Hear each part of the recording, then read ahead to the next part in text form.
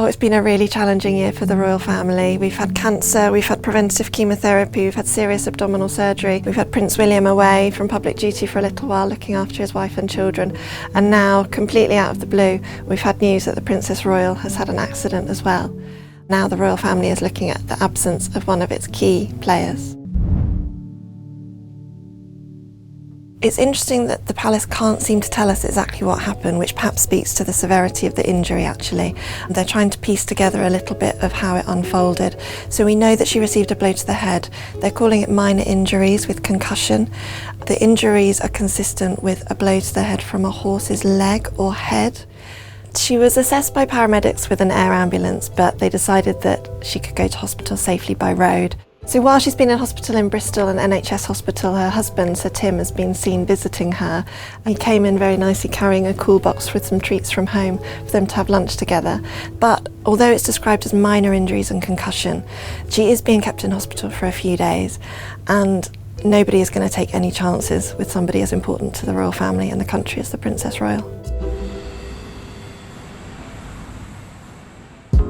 It's a bit of a myth that Princess Anne has sort of picked up the slack while Charles and Kate and the wider family have been away for their various health battles. She's doing the same amount of engagements as she always has, but they're just so much more important now in terms of keeping the show on the road. A lot of the monarchy is about continuity and stability, and their public role is partly this sort of reassuring role that if everything else feels like it's going to pot sometimes, the royal family is always there. And Princess Anne has been a huge part of that this year. She's done a third of all of the royal family's engagements so far. She's taken on not specifically the engagements that either the King or the Princess of Wales would have done, but she's kept things going in a way that I know they all appreciate. She is a big part of this royal ecosystem that we have. So you have the King doing the big state duties, the Queen beside him, and then you've got the Wales family who do maybe the more glamorous, high-profile campaigning events. Princess Anne is a key part, perhaps the key part actually, of the wider supporting family who do these day-to-day engagements, travel up and down the country, travel around the Commonwealth, doing the plaque unveiling, the ribbon cutting. She's also personally, to Prince Charles, a real sounding board and a right-hand woman. They've grown up together, they spent their childhood together when the Queen and Prince Philip were travelling a lot, they're very close. There was a lovely moment in a documentary recently where we saw her calling Charles Old Bean. They have this very warm relationship, and she is probably in a better position than anyone to give him advice, give him a bit of sympathy when he needs it, give him a bit of a pep talk. She understands how the royal family works, and she has a bit of an eye to the past and to the future, so they've got this long shared history that she's been part of, and she understands how they can carry on in this slightly slimmed down monarchy. So this accident has really shown up once again for about the third time this year how precarious this slimmed down royal monarchy is. And it's interesting actually that Princess Anne is the one member of the royal family who's said in public that she doesn't actually think it's a very good idea. She did an interview last year where she said the slimmed down monarchy was an idea for a previous generation where the family looked quite different. And of course she's absolutely right in that. The slimmed down monarchy was an idea when it was going to be the Wales family and the Sussex family working together. Everything has changed.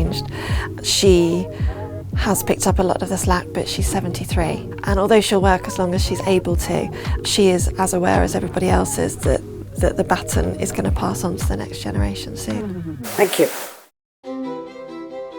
So the Princess Royal, when you talk to people, you don't really see it in pictures, but in real life she's very, very like her late mother and her late father combined. So she sounds very like Queen Elizabeth II, and her mannerisms are very like Prince Philip in the way she deals with people and speaks to people, and has these quite sharp quips and asides as she goes through the day. So people respond to that very well. She's a link to the history of the royal family, so I think people, when you think of Princess Anne now, it conjures this image of Princess Anne with her mother's coffin, travelling from that amazing journey down from Balmoral to London, and these really moving moments. And I think for the first time as the Queen died, a lot of people really came to understand how close the Princess Royal was to her mother. And I think when people see her and meet her now, she really encapsulates a lot of that history of the royal family and that older generation, as well as the royal family as we know today. I spent a week with Princess Anne recently, and as I was researching it, I was really surprised actually to read that she hasn't always been this popular figure we now know her as, but nowadays she has this reputation of being very hardworking. She does the sort of ordinary bread and butter engagements day in, day out, around 400 to 500 engagements a year. And whenever you travel around the country, people will have nothing but praise for her, really. She's very straightforward, she's very no-nonsense, she's quite brisk actually. She takes after her father, Prince Philip, in the way she approaches the public. She doesn't really talk about emotion, how anybody's feeling. She asks very specific, practical, quick questions. And whenever I speak to people after a visit, the feedback is always really similar. It's always, she really knows what she's talking about. She's done her homework, she's read her briefing notes, and people leave feeling that she has seen them and heard them and thanked them for whatever they're doing in their own communities. When I asked the palace when the last time the Princess Royal took a sick day was, nobody could seem to remember. It's not something she really enjoys doing. She probably won't enjoy the rest, I can't imagine, and she definitely won't enjoy any sympathy when she gets back to work. But I think she will appreciate all the well wishes that we've heard from the public.